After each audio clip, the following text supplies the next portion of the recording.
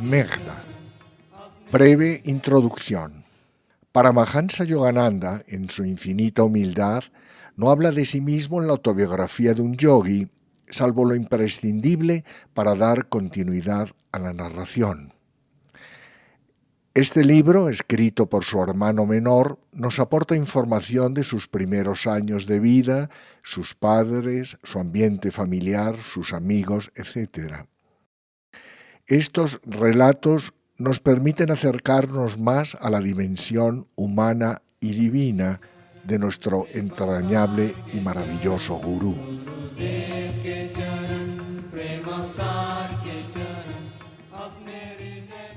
El nacimiento de Megda es bendecido.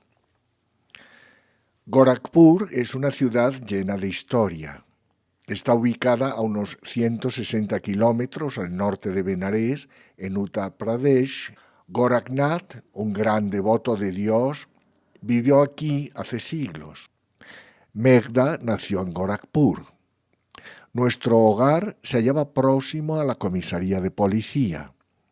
En la zona había un pozo entre nuestra casa y la comisaría que surtía de agua a nuestra familia, a la policía y a otros vecinos.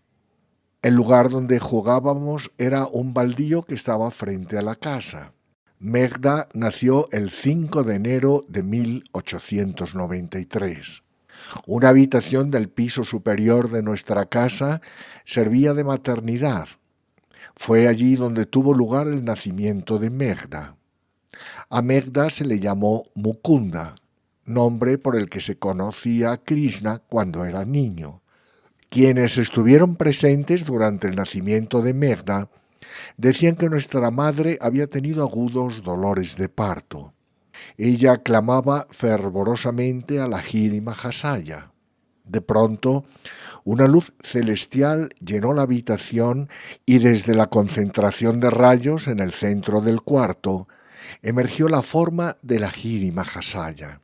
Los dolores de nuestra madre desaparecieron instantáneamente. La luz divina continuó iluminando la habitación hasta que Megda nació.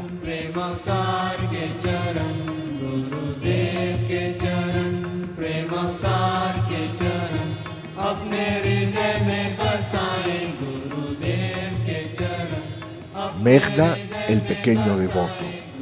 Desde su infancia, a Megda le atrajeron los sitios tranquilos y solitarios. Día tras día, su conducta iba diferenciándose de manera obvia de la de un niño común y corriente. Siempre que tenía una oportunidad, se sentaba en un sitio apartado y con los ojos semicerrados asumía la postura yógica de la meditación.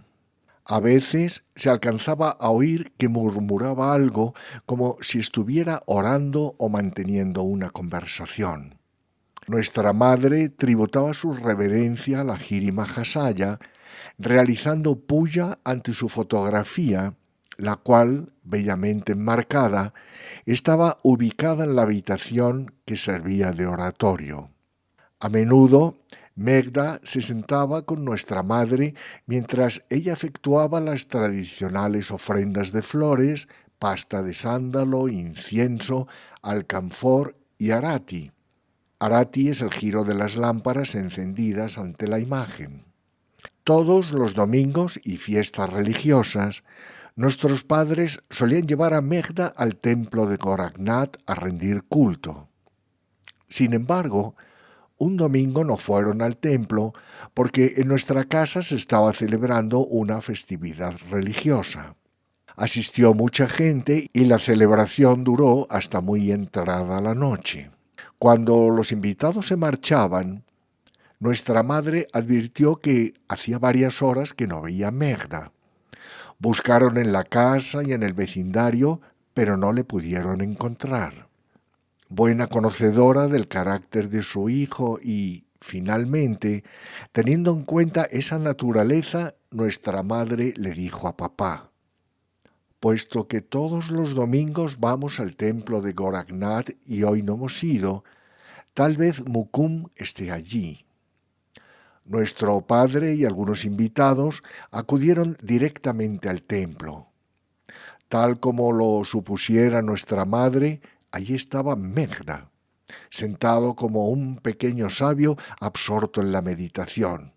Mientras la familia disfrutaba de la celebración, él había salido subrepticiamente de la casa para efectuar su acostumbrada visita dominical al templo, que se encontraba a más de 1 kilómetro de distancia.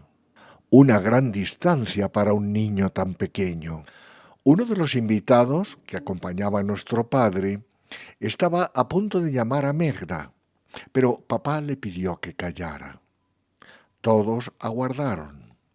Inevitablemente, algunos se impacientaron y susurraban entre ellos: ¿a qué se debe esta indulgencia? Si a este chico desobediente no se le castiga, ¿qué será de él? No se le está educando como es debido. El niño de quien hablaban permanecía beatíficamente abstraído de todos ellos. Estaba a punto de amanecer y muchos de los que acompañaban a papá querían regresar a sus casas. Largo rato después, Megda abrió los ojos y fue el primero en asombrarse al ver a tantas personas reunidas a su alrededor. Entonces se dio cuenta de dónde se hallaba y por qué todos se encontraban tan inquietos por él. Con una dulce sonrisa miró fijamente a papá y luego bajó la cabeza como reconociendo el trastorno que había causado. Nuestro padre se dirigió a él con voz grave. «Ven ahora a casa, es tarde. Estábamos muy preocupados por ti». Nuestra madre alentaba las inclinaciones espirituales de Megda en todas las formas que ella podía. Con sus propias manos le confeccionó a Megda una imagen perfecta de la divina Madre Kali de unos 45 centímetros de altura. Él la colocó sobre un taburete que hacía las veces de altar y diariamente le ofrendaba flores, frutas e incienso en una ceremonia de adoración. Luego meditaba ante la sagrada imagen. Durante sus periodos de adoración se ocultaba del resto de la familia, colgando una cortina de color ocre alrededor del altar. Toda la ración diaria de leches, dulces y frutas destinadas para Megda se ofrendaba ritualmente a la Madre Divina.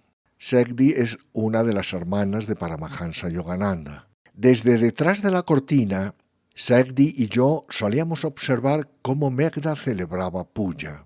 Una vez completadas las ofrendas y concluida su meditación, todos participábamos del prasad, alimento que ha sido ofrendado ritualmente a Dios. Aunque en ese entonces yo era solo un niño pequeño, estas escenas produjeron una impresión indeleble en mi mente y puedo recordar la felicidad de aquellos días. Shyama Puja, el culto a la Madre Kali, es una de las más importantes festividades de la comunidad hindú bengalí. Según la costumbre, en algunos lugares se hacen arreglos para el sacrificio de animales. A veces se usan búfalos o cabras en ese ritual, de acuerdo con los medios con que el devoto cuenta. Los que se oponen a la matanza de animales ofrendan frutas como sacrificio simbólico.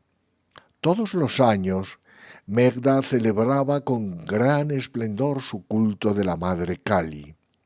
Él sacrificaba un pepino en lugar de un animal, y esta era su plegaria a la Madre Divina.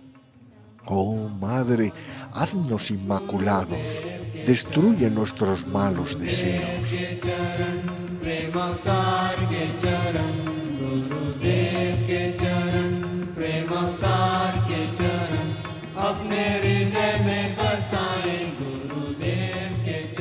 La tragedia del pececillo.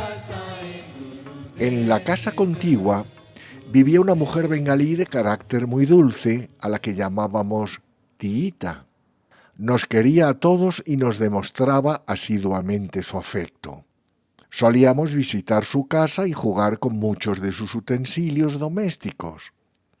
Nosotros la importunábamos porque, sin intención, rompíamos algunos de esos utensilios, pero ella nunca nos regañaba. Más bien nos corregía diciéndonos: ¿han visto?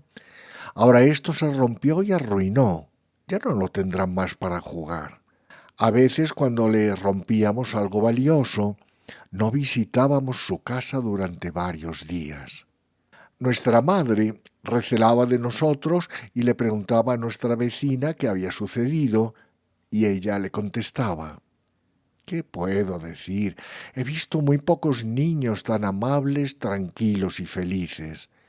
No me avergüence haciéndome decir que han hecho algo indebido.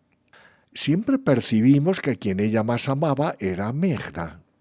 Una vez le regaló un pececillo rojo y él lo colocó cuidadosamente en la cisterna de nuestra casa. Los criados de la casa y de la cocina sacaban el agua de la cisterna para las labores domésticas. Megda estaba preocupado porque podían matar a su pececillo al sacar agua con los baldes, y por eso siempre se mantenía vigilante para que su mascota no sufriera daño. Le gustaba mirar cómo su pececillo jugueteaba en la cisterna, y a veces Ananta y Roma solían observarlo con él.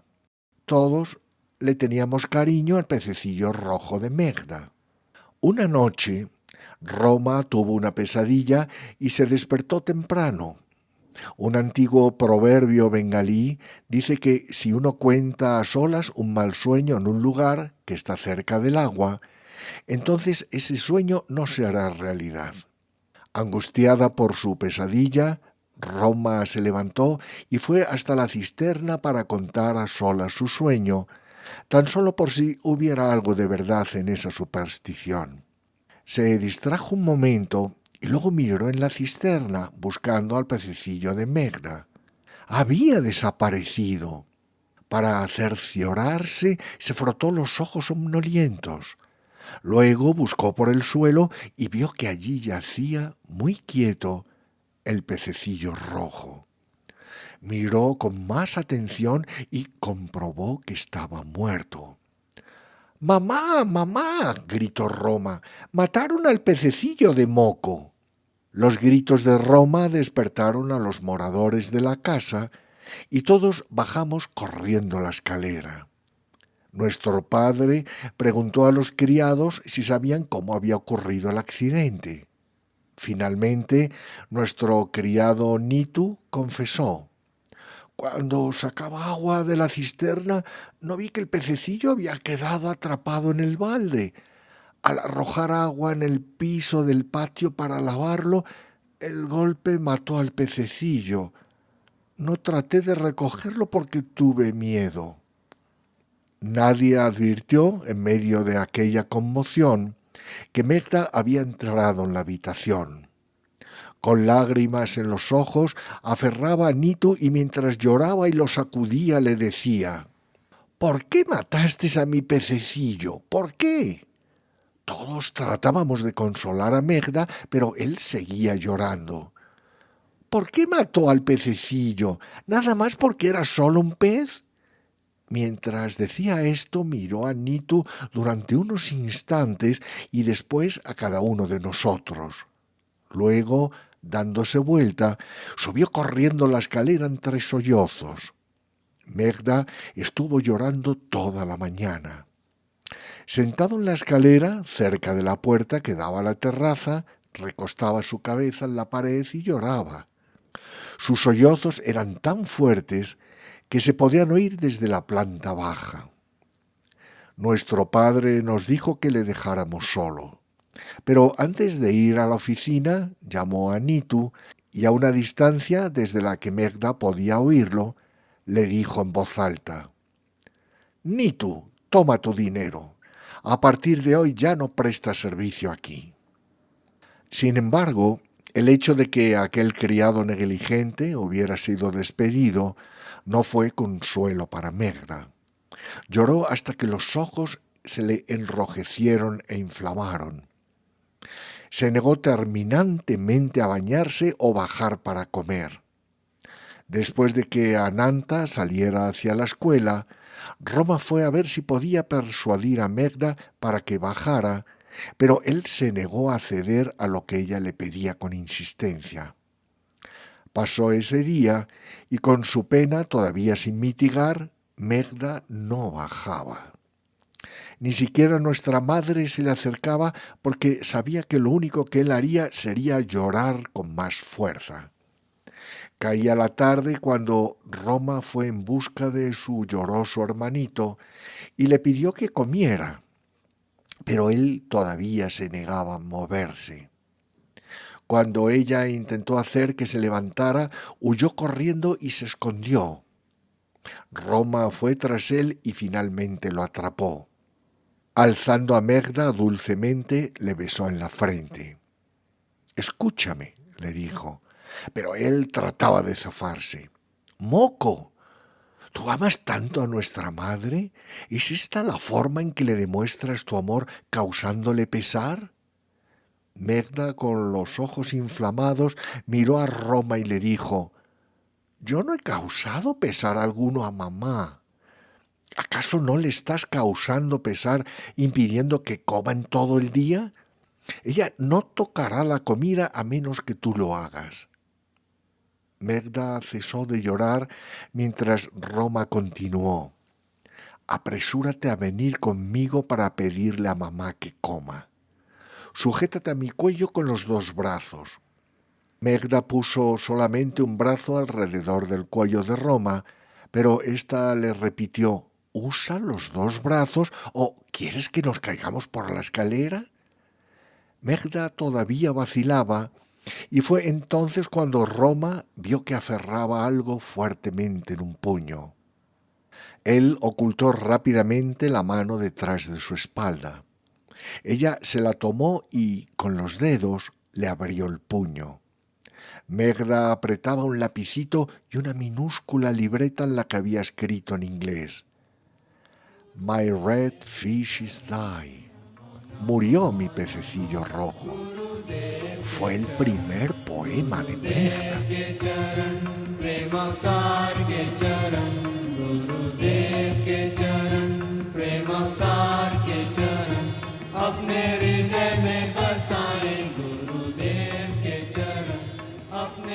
Una carta dirigida a Dios.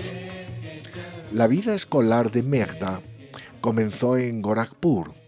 Se le inscribió en St. Andrew's School, que después pasó a ser universidad.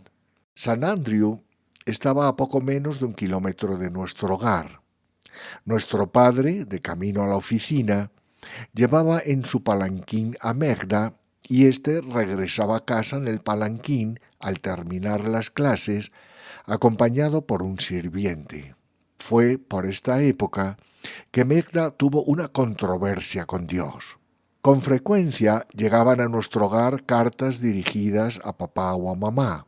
De vez en cuando, los amigos de Ananta, nuestro hermano mayor, se carteaban con él. A menudo, mientras nuestros padres o nuestro hermano mayor leían sus cartas, Megda se quedaba cerca y cuando encontraba un momento oportuno solía preguntar quién había escrito, de dónde procedía la carta y por qué esa persona había escrito. Nuestros padres contestaban pacientemente sus preguntas, pero Ananta solía burlarse. «¿Ves cuántos amigos tengo?», le decía. «Me escriben tanto de lejos como de cerca. ¿Alguien te escribe? ¡Qué pena! No tiene amigos y no recibes ninguna carta». Las sarcásticas observaciones de Ananta herían a Megda. A medida que pasó el tiempo, la desdicha de Megda aumentó.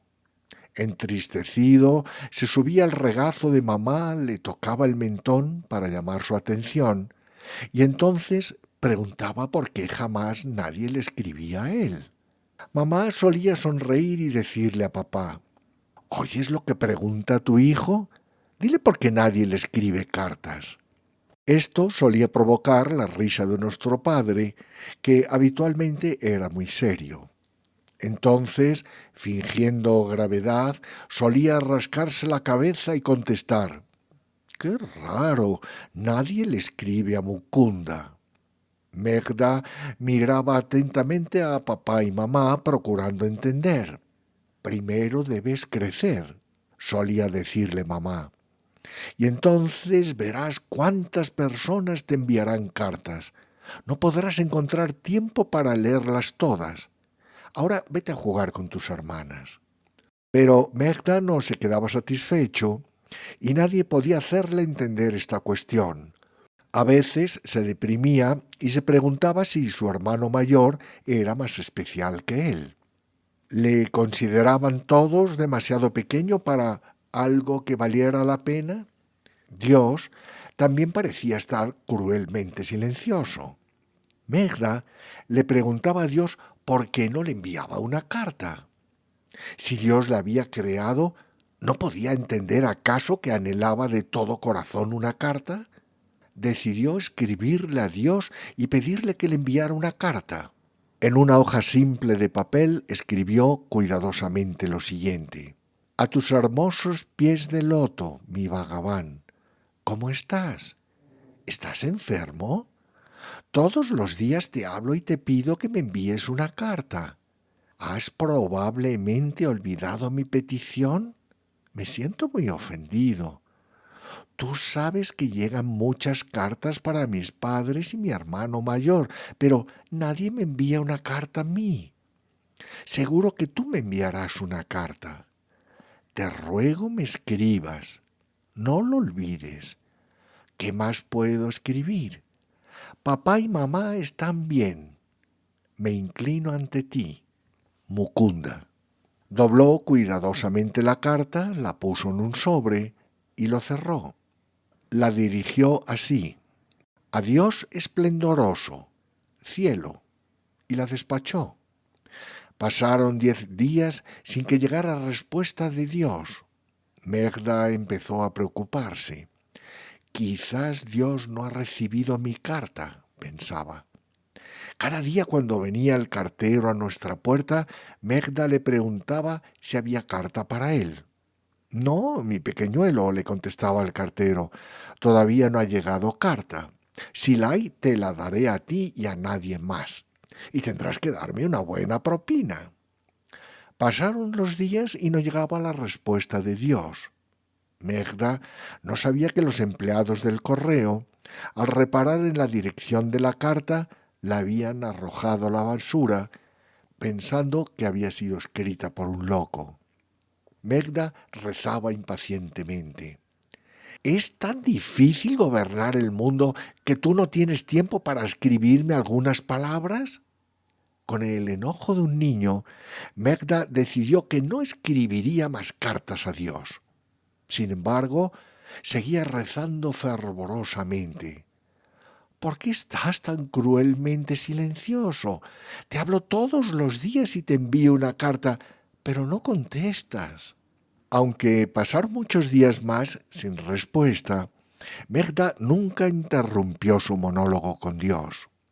Una noche, una gran luminosidad dentro de su habitación despertó repentinamente a Megda. Dios respondió a su carta en esa luz divina. Con sumo regocijo, Megda llamó a nuestra madre y le contó aquella prodigiosa experiencia. «Lo sabía, Mukunda», le dijo mamá mientras le abrazaba. «Dios no puede permanecer alejado de un devoto como tú. Su respuesta a tu carta tenía que llegar con toda certeza».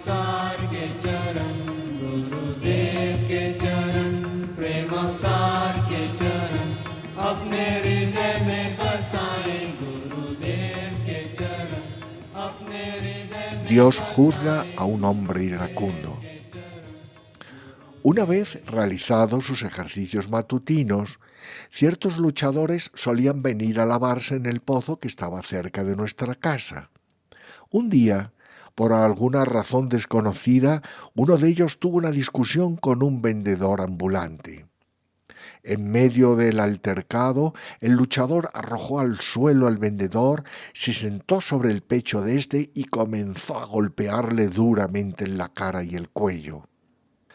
Todo sucedió tan rápido que el vendedor ambulante no se dio cuenta al principio de lo que estaba ocurriendo. Luego se puso a gritar desesperado pidiendo ayuda. Tenía desgarrada la ropa, se le estaba hinchando la cara por esa incesante lluvia de golpes y manaba sangre de su boca. La gente, congregada en ese lugar, reclamaba a gritos que los compañeros del luchador detuvieran esa paliza, pero el luchador seguía porreando a su víctima. Pronto aquel vendedor ambulante quedó inmóvil, mientras su cabeza rodaba de un lado a otro ante cada golpe sucesivo. El luchador enfurecido estaba ofuscado por el instinto asesino y nadie tenía el valor de apartarle de aquel desventurado. Aparentemente se hallaban aterrorizados. Megda, quien se encontraba cerca, no pudo contenerse y gritó con fuerza: «Dios te juzgará porque eres más fuerte y estás golpeando a un hombre indefenso. Si él muere, tú también sufrirás una muerte cruel». En ese preciso momento, 3 o 4 fornidos policías llegaron corriendo de la comisaría y empezaron a golpear al luchador con sus bastones. Muchos compañeros del luchador huyeron, pero algunos fueron atrapados y detenidos. La policía llevó al hospital en un palanquín al vendedor ambulante que permanecía inconsciente. Creo que el vendedor salvó su vida, pero cuando 6 meses después vimos al luchador, su alto cuerpo se había encorvado y su vigorosa salud se hallaba quebrantada. Padecía gota y solo podía caminar si alguien se apiadaba de él y le ayudaba. De lo contrario, permanecía desvalidamente postrado en cama. Las moscas zumbaban alrededor de él en el aire húmedo y viciado de su cuartucho. Solía gritar de dolor y musitar su arrepentimiento por lo que había hecho.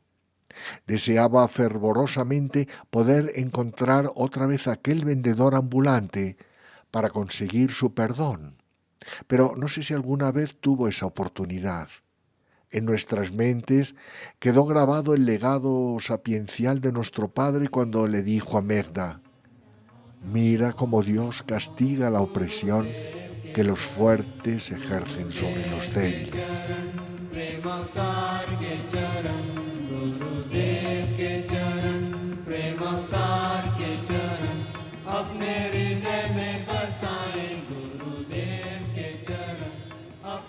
Una voluntad indómita. En nuestra niñez, Tikar Singh y Kalu eran luchadores famosos. Con toques de tambor y carteles a lo largo del camino anunciaban su próximo programa. Megda le pidió a nuestro padre que lo llevara a ver la lucha, pero naturalmente nuestros padres no querían que viéramos esa pelea cruel que a menudo terminaba en tumultos. Megda se mantuvo inflexible en su petición. Finalmente, mamá dijo que sí, pero papá y Ananta se negaron. Megda corrió hasta la habitación de papá, cerró con llave la puerta por dentro y se negó a salir o dejar que nadie entrara. «Quiero ver a los luchadores», exigió. Nuestro padre no pudo ir a trabajar porque su ropa de oficina estaba en esa habitación. Tuvo que posponer todos sus compromisos. Megda se negó a abandonar la habitación durante 24 horas, aunque tuvo que permanecer sin comer, pero eso no le preocupó. Al final, papá se vio obligado a dar su consentimiento. Megda abrió la puerta y salió de la habitación como si hubiera conquistado el mundo. No mostraba señales de fatiga. Aunque papá se mostró muy serio, los niños estábamos contentísimos. Megda fue criticado por su obstinación, pero este pequeño episodio puso de manifiesto su espíritu y determinación indomables. Fueron las primeras señales del gran hombre que él llegaría a ser. प्रेमकार के चरण गुरुदेव के चरण प्रेमकार के चरण अपने हृदय में बसाए गुरुदेव के चरण अपने हृदय Nuestro hermano recién nacido y el episodio de la claraboya. Las noches de Lahore eran tan calurosas como los días. Durante los meses de verano dormíamos afuera, en la azotea de nuestra casa, sobre catres de tiras de lana tejida. Todas las noches se arrojaba agua sobre el tejado para enfriarlo. Megda y yo ayudábamos a los criados en esta tarea. Nuestro hermano menor, Vishnu, nació en Lahore el 24 de junio de 1903. Yo dormía en la azotea cuando Megda me despertó. «Cora, levántate, ven a ver a nuestro nuevo hermanito». Abrí los ojos y vi que el sol ya estaba alto en el cielo. El calor era muy intenso. Todos los demás hacía tiempo que habían abandonado sus lechos en la azotea. Me puse de pie de un salto y bajé las escaleras corriendo. En el pasillo que daba a la habitación de nuestra madre, me encontré con Segdi, nuestra tercera hermana, cuyo nombre era Nalini. Segda y yo comenzamos a bailar en círculos. «¡Nació nuestro hermano!», gritábamos. «¡Nació nuestro hermano!». De repente, Ananta, tomándonos de las orejas, interrumpió bruscamente nuestro desaforado regocijo. Nos introdujo a empellones en un cuarto adyacente y cerró la puerta. «Están haciendo demasiado ruido. Mamá no se siente bien después del parto», nos dijo. Cuán vívidamente recuerdo aquel fuerte tirón de orejas. Pocos días después, mamá se hallaba sentada en el pasillo con nuestro hermanito Vishnu en su regazo.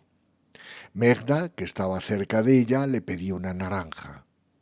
Su insistencia resultaba fastidiosa. Mamá le pidió a Megda que él mismo la fuese a buscar, pero Megda insistía en que era ella quien tenía que traérsela, inmediatamente. Exasperada, mamá se levantó para ir a buscar la naranja. En ese momento, trozos de vidrio rotos procedentes del tragaluz llovieron sobre el sitio en el que ella había estado sentada con Vishnu. Gracias a la insistencia de Megda para que mamá le trajese una naranja, ella y Vishnu se salvaron de un grave accidente. Caprichoso y travieso como era yo, había subido a la azotea para probar mi audacia y destreza, caminando sobre el vidrio de la claraboya, pero éste cedió. Asustado como una cabra destinada al sacrificio, me escondí en un rincón. Ananta subió precipitadamente a la azotea y encontró sangre cerca de la claraboya. Pronto descubrió mi escondite. Yo no me había dado cuenta de que tenía una herida considerable en una pierna y un trozo de vidrio alejado todavía allí. La cicatriz de mi pierna es una prueba permanente del episodio de la claraboya.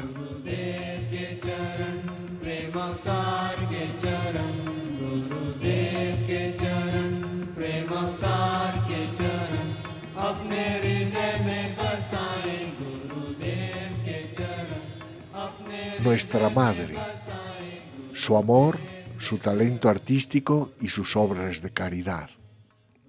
Todos nosotros sentíamos que nuestra madre era, según las palabras de Megda, una reina de corazones. Jamás podré olvidar sus sencillas y bellas cualidades. Mediante su amor y cariño, nunca dejó de ser para nosotros una inspiración para que fuésemos buenos y viviéramos honradamente. Fue nuestra primera maestra y nos enseñó buenos modales y virtudes valiéndose de los relatos de las antiguas escrituras épicas, el Ramayana y el Mahabharata. Ella introdujo en nuestros asuntos cotidianos los imperecederos principios de la espiritualidad. Junto con ellos, el afecto y la disciplina iban de la mano. Nuestra madre era una artista. Recuerdo la imagen de Kali que modeló para Megda cuando vivíamos en Gorakhpur. Se hallaba tan absorta en crearla que un día que subí a verla no advirtió mi presencia. Solo cuando quedamente le dije, «Mamá», se dio cuenta de que yo estaba de pie cerca de ella. Entonces me previno con paciencia. «Estoy haciendo esta estatua de la Madre Kali para Moco, que me la pide insistentemente. Ahora siéntate calladito y mira». La imagen era hermosa. Todavía puedo verla mentalmente, de unos 45 centímetros de altura y de calidad impecable, como las modeladas por los escultores profesionales. Las estatuas que mamá hizo de otras deidades fueron igualmente perfectas. Se las podía parangonar con las mundialmente famosas deidades de terracota hechas en Krishnanagar. Su talento artístico se evidenciaba también en sus habilidades culinarias. Las numerosas confituras que vemos hoy en día no solían ser tan corrientes durante nuestra niñez.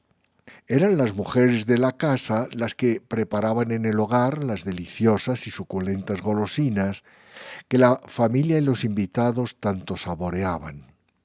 Unos moldes de arcilla delicadamente trabajados servían para dar forma a las confituras. A nuestra madre le gustaba mucho preparar la comida para la familia. Jamás nos permitió que comiéramos golosinas compradas en el mercado. Tras un breve descanso después del almuerzo, nos preparaba muchas variedades de confituras a las que daba forma con unos impecables moldes de terracota que ella misma había confeccionado. Todavía conservo algunos de esos moldes. Cuando hoy los miro, el talento artístico que sus diseños evidencian me deja atónito. Cuando mamá falleció, los parientes se llevaron muchos moldes, pero años más tarde conseguí reunir y salvar unos pocos. La destreza que reflejan me asombra, pues ilustra magníficamente cuáles eran sus conocimientos artísticos. Ella era incomparable. Sé con seguridad que las manos delicadas de mamá y sus percepciones artísticas fueron las grandes influencias que, en mis años posteriores, me guiaron para que yo eligiera por vocación la de artista. Mientras daba educación primaria a sus hijos, mamá no vacilaba en enseñarnos cuál era la relación correcta entre marido y mujer. Una vez mencionó a nuestra hermana mayor que ella y nuestro padre cohabitaban como esposos con el propósito de tener hijos solo una vez al año. Durante el verano soplan vientos calurosos en Gorakhpur. A medida que la estación avanza, el calor y los vientos aumentan. Era cerca del mediodía de un domingo abrasador. Nuestro padre estaba trabajando en su habitación cuando llegó a nuestra casa un brahmín pobre. Roma habló con él y se enteró de que le agobiaba la responsabilidad de financiar el matrimonio de su hija y nos solicitaba una ayuda pecuniaria. Mamá mandó a Roma que le pidiera 10 rupias a papá e invitó al brahmín a entrar en la casa. Luego, mamá fue a la cocina para prepararle una bebida fresca. Al enterarse del asunto, papá llamó a mamá y le dijo: «¿Por qué 10 rupias? Dale una rupia y pídele que se vaya». Pero mamá no se conformó y finalmente papá le dio las 10 rupias. Los actos de beneficencia de mamá se hallaban en consonancia con los gastos de la familia. Sin embargo, una vez gastó en 15 días más que los ingresos mensuales de papá. Entonces él le dijo: «Por favor, mantén tus limosnas dentro de límites razonables, no sea que pongas a la familia en dificultades financieras». Esto hirió muy hondamente a mamá. Sin responder, pidió un coche. «Me voy a casa de vuestro tío materno», nos dijo. Ante el mal presagio contenido en estas palabras, se nos hizo un nudo en la garganta y nos pusimos a llorar.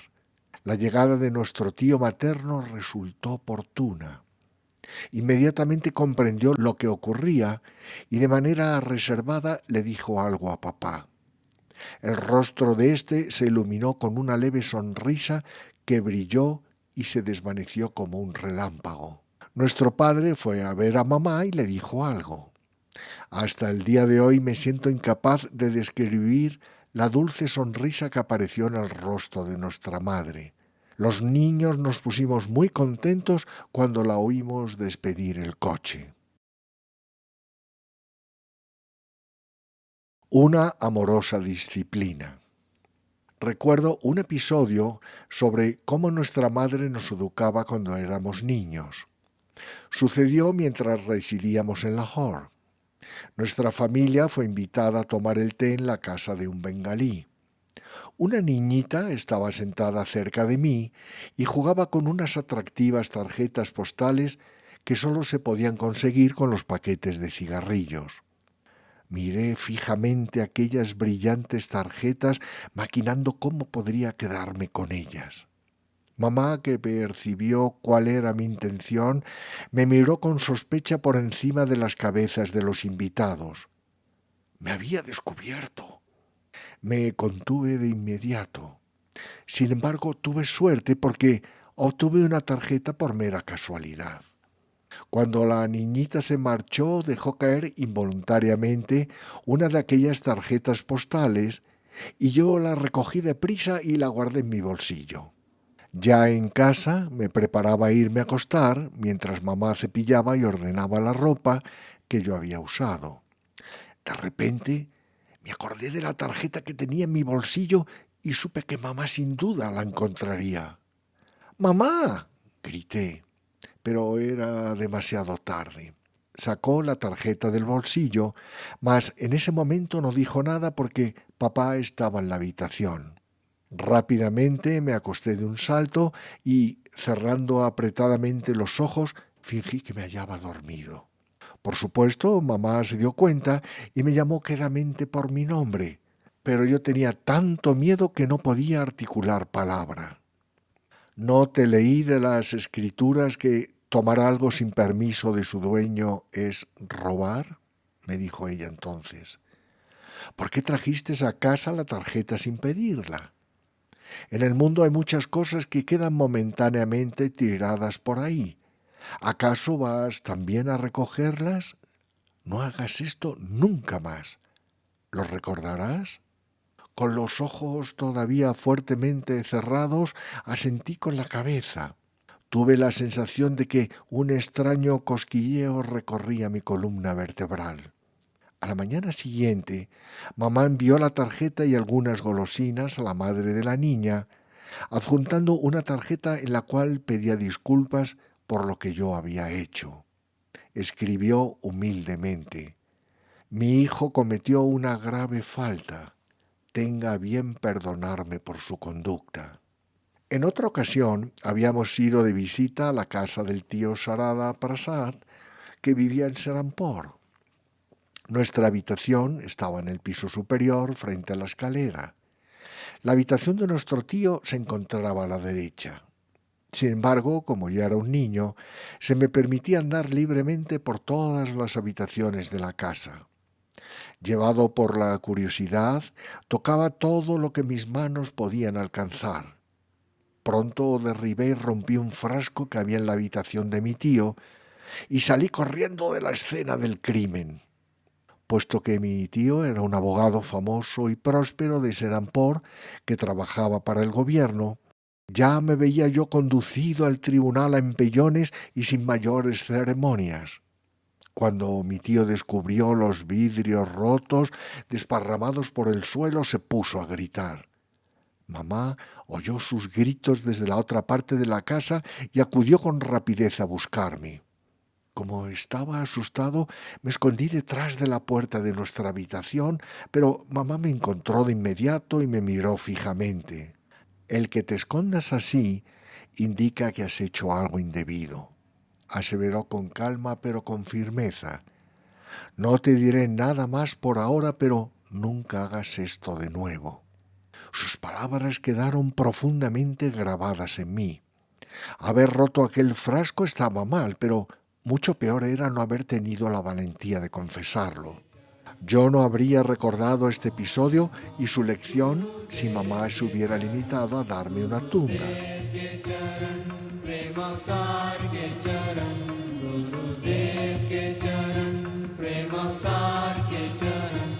अपने हृदय में बसा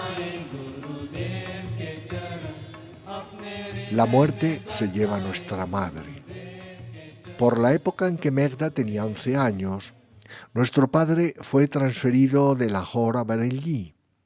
En el trayecto nos detuvimos en Delhi antes de seguir hacia Calcuta para los arreglos finales del casamiento de nuestro hermano mayor, Ananta. Nuestro padre y Megda, mientras tanto, continuaron su viaje a Bareilly. En Delhi, nuestra tía, esposa de nuestro segundo tío materno, acudió con sus hijos a la estación del tren para recibirnos. Tan pronto como llegamos a Calcuta, se iniciaron los grandes preparativos para la boda. Vinieron parientes desde sitios distantes. Habíamos alquilado una casa en el número 50 de la calle Amherst, donde ahora está ubicada la Academia Hindú. Cuando traspusimos por primera vez la entrada de la casa, mamá tuvo un mal presentimiento y comentó que parecía como si el edificio quisiera devorarnos. Sin embargo, no dijo nada más por consideración a todos los que estaban planificando las celebraciones del casamiento. Se hicieron arreglos para contar con un palanquín, hileras de lamparitas de colores, elefantes y camellos confeccionados de papel y bandas indias, inglesas y escocesas. Su cuarta hermana acompañó a casa de la novia a nuestra madre, que iba ataviada con un simple sari de orla negra tejido a mano y no llevaba alhajas, pues se las había prestado a su hermana.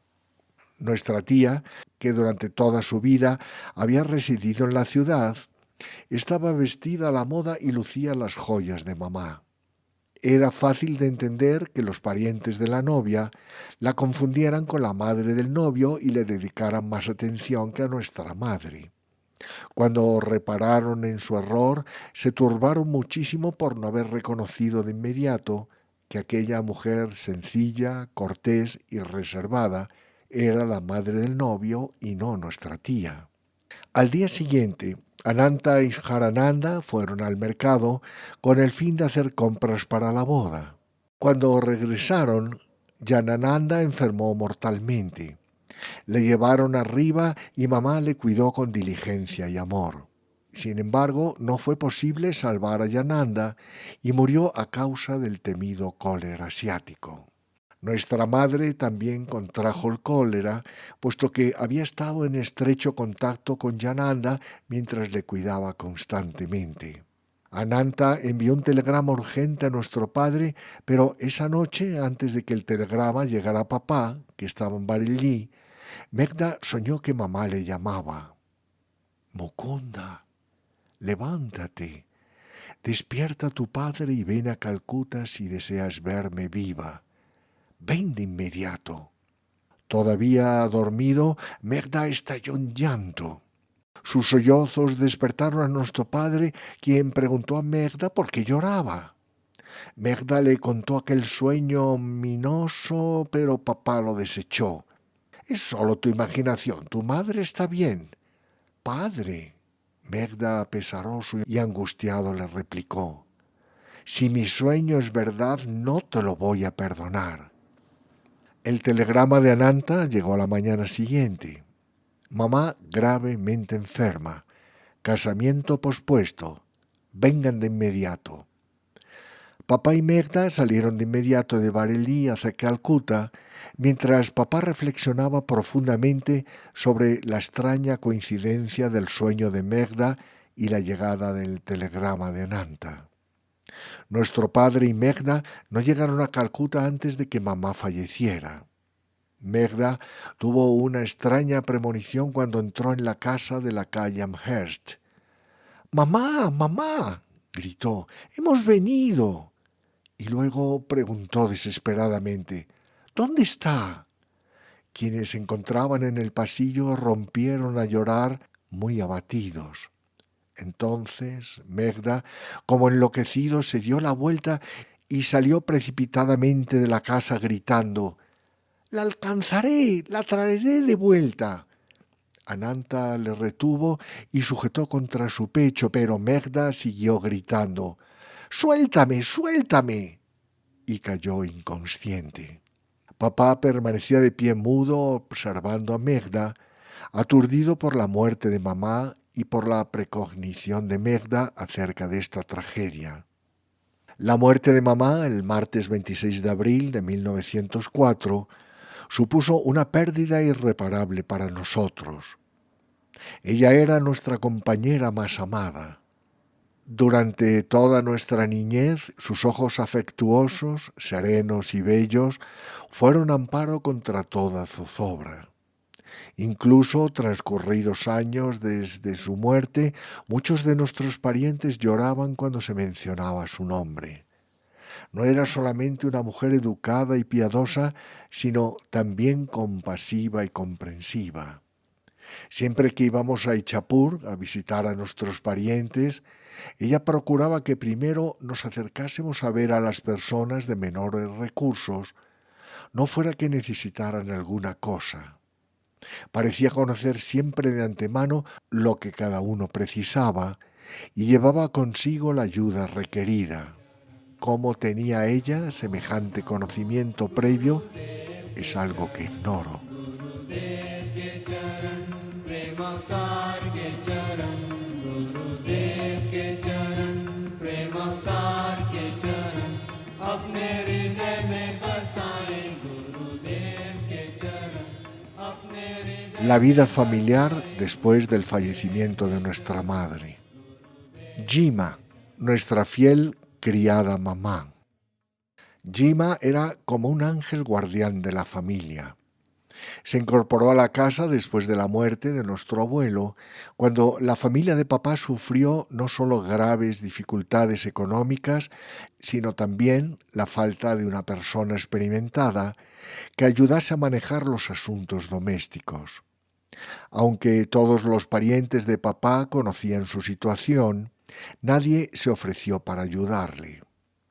Sucedió en esa época crítica que Jima, una viuda pobre, sola en el mundo, se integró a la familia como criada.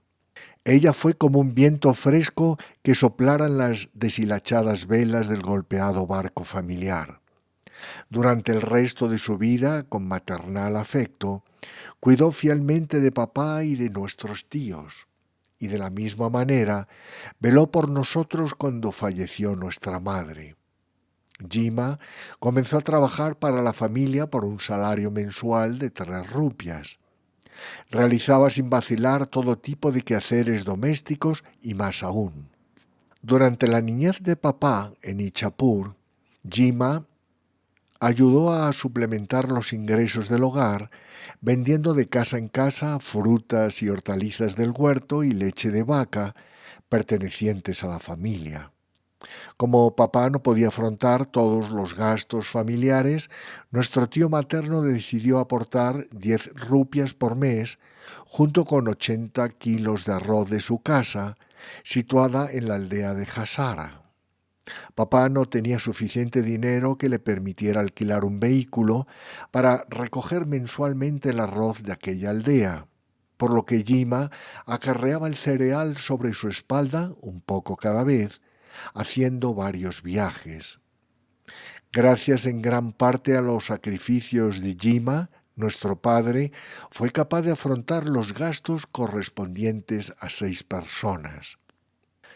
Años después, tras morir nuestra madre, Jima se hizo cargo de las tareas domésticas del hogar.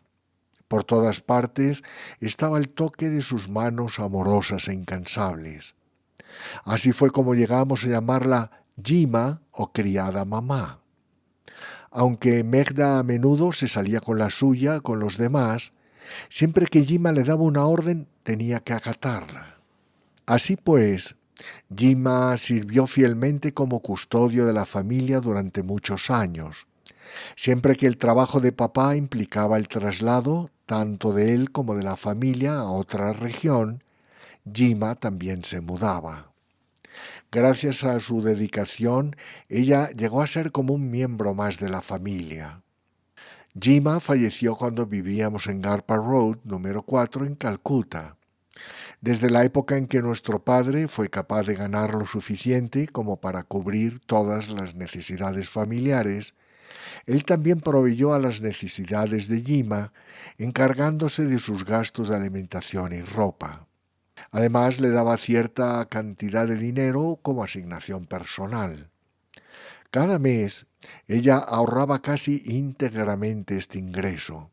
Cuando ella falleció, había acumulado una suma considerable. Aunque ella y Megda reñían mucho debido al carácter independiente de él, ella le amaba profundamente. Y cuando murió, se encontró una nota en la que expresaba su deseo de que aquellos ahorros fueran entregados a Mukunda para sus actividades espirituales.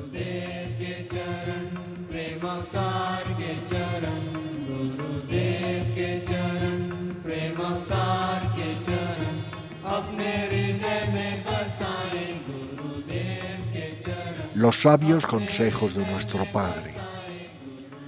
Papá nos pedía que aprendiésemos de memoria todos los slokas de Mahamudra de Swami Shankara y que recordáramos especialmente lo siguiente.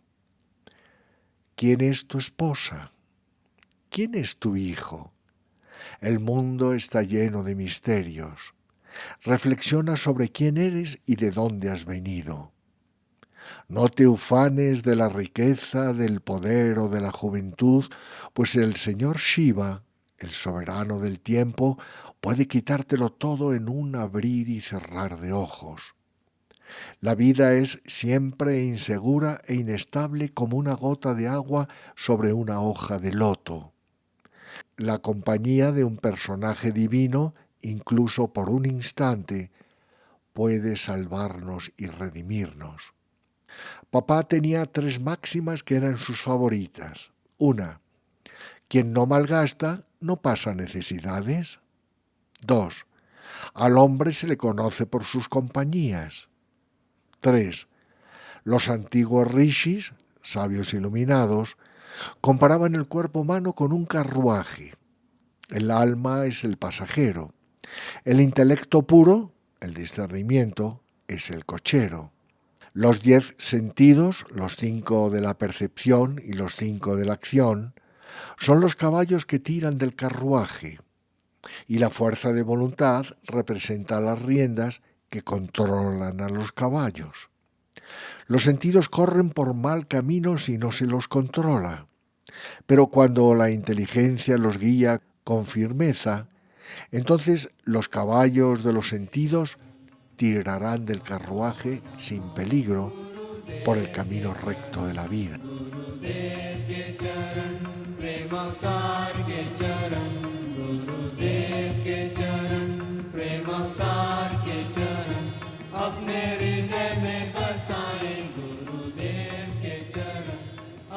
Estoico desapego.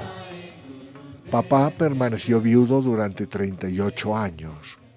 Aunque tuvo muchas oportunidades de tener otra esposa, ni siquiera consideró semejante propuesta.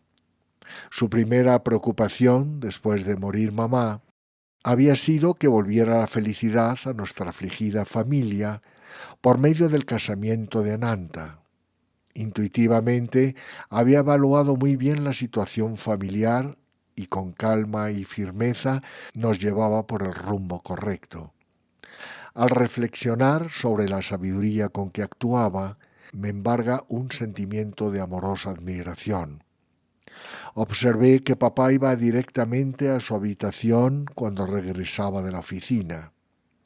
En aquellas horas de aislamiento meditaba y practicaba el pranayama de Kriya Yoga como la Giri Mahasaya, su gurú, se lo había enseñado.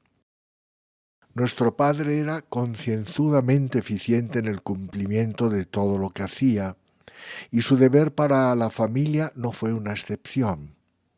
Se esmeró en llenar el vacío dejado por la muerte de mamá. Nos bañaba y nos alimentaba, cosía nuestras chaquetas y pantalones, nos cortaba las uñas, zurcía la tela desgarrada de nuestros paraguas, aunque no lo hiciera con demasiada destreza, y nos ayudaba a recoger los libros para que cada día fuéramos a la escuela. Velaba por nosotros con tanta devoción que frecuentemente sentíamos en él la presencia de nuestra madre. Al igual que mamá, papá percibía siempre cuáles eran nuestras necesidades y deseos y cómo podía satisfacerlos en la mejor forma posible. Hasta el día de hoy me maravilla su sensibilidad para comprender a sus hijos.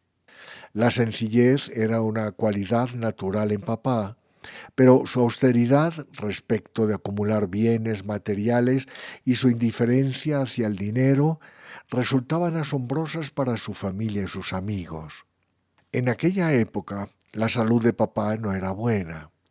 Uno de nuestros parientes vino a verle y durante la conversación surgió una discusión sobre la compra del auto para Vishnu. El pariente criticaba a Vishnu porque ya teníamos 2 autos y 3 motocicletas. Aún así, papá nunca usó ninguno de estos vehículos. ¿Crees que Vishnu podría haber comprado el auto si yo no le hubiera dado el dinero?, le dijo papá a nuestro pariente. ¿Qué ocurriría si yo muriera mañana? Vishnu se habría apresurado a comprar el auto con su herencia. ¿Qué gano con preocuparme por el dinero? Tuve que ganarme un sueldo para cuidar a los hijos y educarlos y establecerlos en la vida. Eso ya lo he cumplido.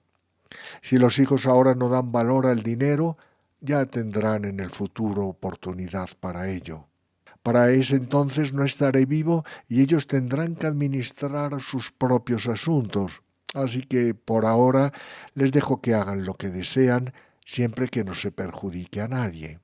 En cierto modo yo también disfruto con la felicidad de ellos. La lección contenida en estas palabras de papá pasó a formar parte importante de nuestra cada vez mayor biblioteca de conocimientos. El valor de aquella sabiduría ha sido nuestro viático en el viaje a lo largo de la vida. Ni siquiera la muerte de Ananta arrastró a papá hacia la corriente de las emociones humanas. Aunque yo había permanecido junto a su lecho durante toda su enfermedad, no estuve presente en el momento mismo en que falleció. Yo había ido a la cocina para traer un poco de hielo con el fin de hacer bajar la fiebre de Barda y acababa de volver a su lado cuando nuestro padre, que había estado en su propia habitación, abrió la puerta del cuarto de Barda. «Todo ha terminado», dijo. Eran cerca de las 2 de la mañana. Nuestro padre estuvo de pie durante un rato, en silencio, junto al cadáver de Ananta. Luego señaló: «Ahora habrá que sacar el cuerpo de la cama y ponerlo en el suelo sobre un cobertor». Sin que él lo advirtiera, seguía papá desde la habitación y le vi regresar a su propio dormitorio y sentarse a meditar para practicar Kriya Yoga. Aquel mismo día, más tarde, antes de que el cadáver fuera llevado al campo de cremación, se puso en un catre en el sendero que conducía a la entrada principal de la casa para que todos pudieran verlo por última vez. Desde arriba, nuestro padre se asomó por el balcón. «Aguarden», dijo. Bajó, nos pidió que quitáramos el cobertor de la cara de Ananta y miró fijamente durante largo rato al hijo que había criado hasta convertirse en un hombre y a quien había prodigado tanto amor y afecto. Nuestro padre confiaba mucho en Ananta y a menudo le consultaba antes de tomar alguna decisión. Por eso era natural que esperásemos que papá evidenciara alguna profunda reacción emocional ante la muerte de Ananta. Sin embargo, no vimos cambio alguno en su comportamiento. Fue a la oficina como de costumbre y volvió a su rutina diaria en el hogar con su modo de ser normal y tranquilo. Ese día se mantuvo tan sereno e impasible como siempre. No podíamos concebir aquel poder que él había dominado y que le hacía capaz de permanecer imperturbable en medio de los críticos cambios de la vida. Lo que finalmente llegué a comprender fue que, con la muerte de mamá y Ananta, nuestro padre percibió más profundamente la transitoriedad de este mundo y que su responsabilidad en la vida consistía tan solo en cumplir lo mejor que podía los deberes que Dios le había asignado. En la habitación de nuestro padre no había espejos. Él solía decir: si miran continuamente su cuerpo, si le prestan demasiada atención, aumentará el apego a él. De la misma fácil manera, si se elimina el apego al cuerpo, sobreviene rápidamente la liberación del espíritu. En caso contrario, antes de que la muerte los libere, la ilusión o engaño les causará mucho sufrimiento.